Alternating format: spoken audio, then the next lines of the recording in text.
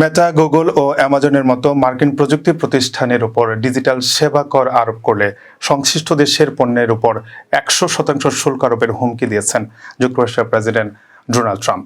নিজের সামাজিক যোগাযোগ মাধ্যমে দেওয়া এক বার্তায় ট্রাম্প বলেন, কোনো দেশ মার্কিন প্রযুক্তি কোম্পানির উপর এ ধরনের কর বসালে ওই দেশ থেকে যুক্তরাষ্ট্রে আমদানি করা সব পণ্যের উপর তাৎক্ষণিকভাবে ১০০% শুল্ক আরোপ করা হবে।